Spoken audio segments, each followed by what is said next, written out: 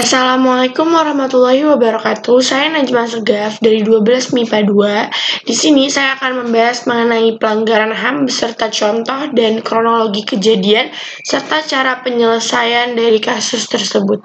Sebelum saya membahas kasus tersebut, saya akan menjelaskan mengenai pengertian HAM, mengenai macam-macam HAM dan juga latar belakang terjadinya pelanggaran HAM. Yang pertama adalah tentang pengertian HAM. Apa sih pengertian HAM itu?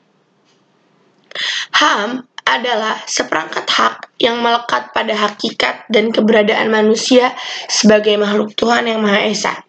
Merupakan anugerahnya yang wajib dihormati, dijunjung tinggi, dan dilindungi oleh negara, hukum, dan pemerintah, dan setiap orang demi kehormatan serta perlindungan harkat dan martabat manusia. Jadi hak asasi manusia itu adalah seperangkat hak yang memang sudah ada sejak orang tersebut dilahirkan ke dunia sampai orang tersebut menjemput ajalnya, dan itu wajib sekali untuk dihormati. Seperti itu. Selanjutnya adalah macam-macam HAM. Macam-macam HAM terbagi menjadi 6. Yang pertama adalah hak asasi pribadi. Hak asasi pribadi ini merupakan hak kehidupan pribadi setiap orang. Contoh hak asasi pribadi adalah kebebasan untuk menyampaikan pendapat, kebebasan untuk berpergian, bergerak, dan lain sebagainya. Yang kedua adalah hak asasi politik. Ini merupakan hak asasi dalam kehidupan politik seseorang. Contohnya hak untuk memilih, hak untuk dipilih, hak untuk keikutsertaan kegiatan pemerintahan, dan lain sebagainya. Yang ketiga adalah hak asasi ekonomi. Hak ini menyangkut hak individu dalam masyarakat. Contohnya adalah kebebasan dalam hal jual beli, perjanjian penyelenggaraan sewa menyewa, dan lain sebagainya. Selanjutnya adalah hak asasi peradilan. Hak asasi peradilan adalah hak untuk memperoleh perlakuan yang sama. Contohnya adalah hak untuk mendapatkan pembelaan hukum, hak untuk mendapatkan perlakuan pemeriksaan, penyidikan, penangkapan, penggeledahan, dan lain sebagainya. Yang kelima adalah hak asasi sosial budaya. Hak ini terkait dengan kehidupan masyarakat. Beberapa contohnya adalah hak untuk menentukan, memilih, melakukan pendidikan, mendapatkan pengajaran, untuk mendapatkan budaya yang sesuai dengan bakat minat, dan lain sebagainya. Yang terakhir adalah hak asasi hukum. Hak untuk mendapatkan kependudukan yang sama di mata hukum dan pemerintahan. Contohnya adalah mendapatkan perlakuan yang sama di bidang hukum dan pemerintahan, menjadi pegawai sipil, dan lain sebagainya. Di sini saya akan bahas kenapa sih pelanggaran HAM itu bisa terjadi. Yang ada dua faktor. Yang pertama faktor internal, dan yang kedua faktor eksternal. Faktor internalnya itu karena adanya egoisme yang tinggi terhadap sesama manusia. Yang kedua adalah kesadaran yang rendah akan pentingnya HAM dan kurangnya toleransi sesama manusia. Nah, faktor eksternalnya adalah penyalahgunaan kekuasaan, ketidaktegasan aparat penegak hukum, penyalahgunaan teknologi, serta kesenjangan sosial. Di sini saya akan membahas kasus pelanggaran HAM, yaitu kasus pembunuhan Wayan Mirna Salihin dengan cyanida.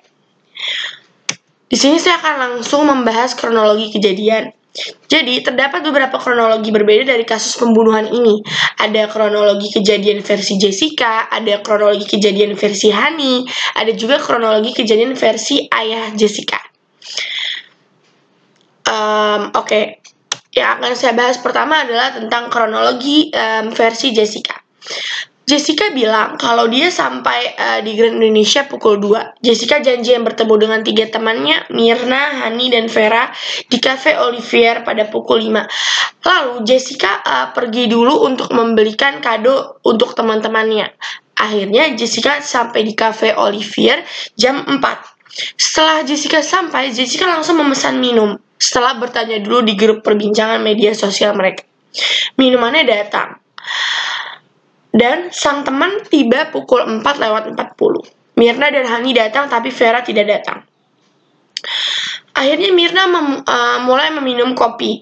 Setelah Mirna meminum kopi, Mirna mencium bau kopi terasa seperti kunyit. Lalu setelah Mirna minum, Mirna meminta air putih. Akhirnya Jessica meminta air kepada pelayan. Setelah Jessica kembali dari mengambil air minum, akhirnya Mirna telah sekarat. Mulutnya mengeluarkan busa kejang-kejang dengan mata setengah tertutup.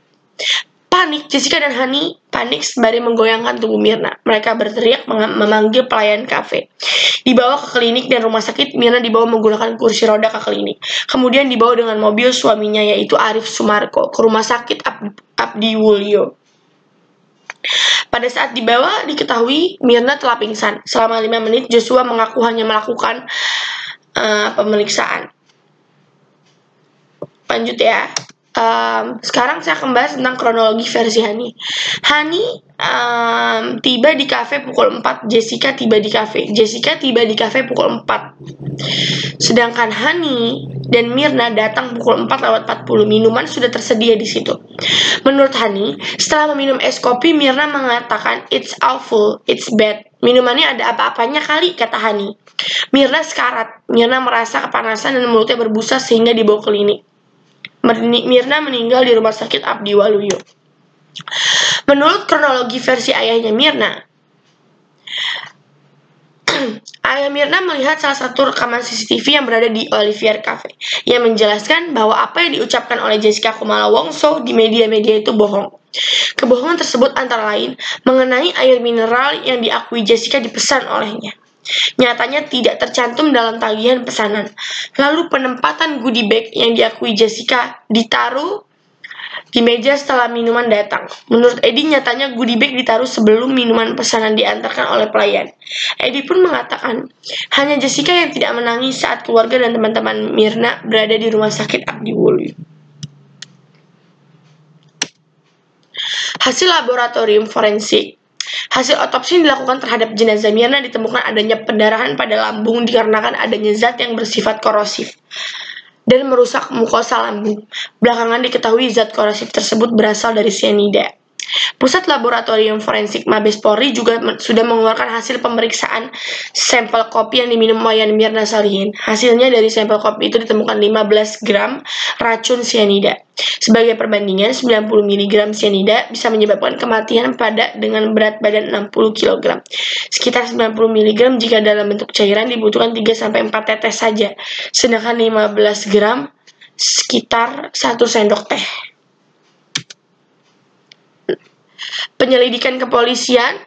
Pada awal perkembangan kasus kematian Mirna, kepolisian sempat menemui jalan buntu karena pihak keluarga Mirna tidak mengizinkan untuk melakukan otopsi. Berdasarkan pertemuan pada saat otopsi, polisi berkeyakinan bahwa kematian Mirna tidak wajar. Polisi pun mengembangkan penyelidikan dengan memanggil beberapa saksi termasuk pihak keluarga Mirna yang diwakili oleh ayahnya, juga 2 orang teman Mirna yaitu Hani dan Jessica. Jessica sendiri diperiksa oleh pihak kepolisian sebanyak 5 kali. Jessica tidak hanya diminta keterangan, tetapi polisi juga menggeledah rumahnya pada tanggal 10 Januari. Tidak hanya memeriksa para saksi, polisi pun meminta keterangan dari para ahli.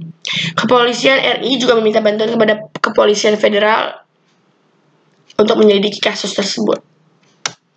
Tersangka. Setelah hampir 1 bulan sejak kematian Wayan Mirna, polisi akhirnya mengumumkan pelaku pembunuhan berencana ini, Jessica Kumala Wongso, ditetapkan sebagai tersangka pada tanggal 29 Januari 2016. Jam 11. Jessica yang diketahui sebagai teman Mirna yang juga memesan minuman ditangkap keesokan harinya di Hotel Neo Mangga 2 Square.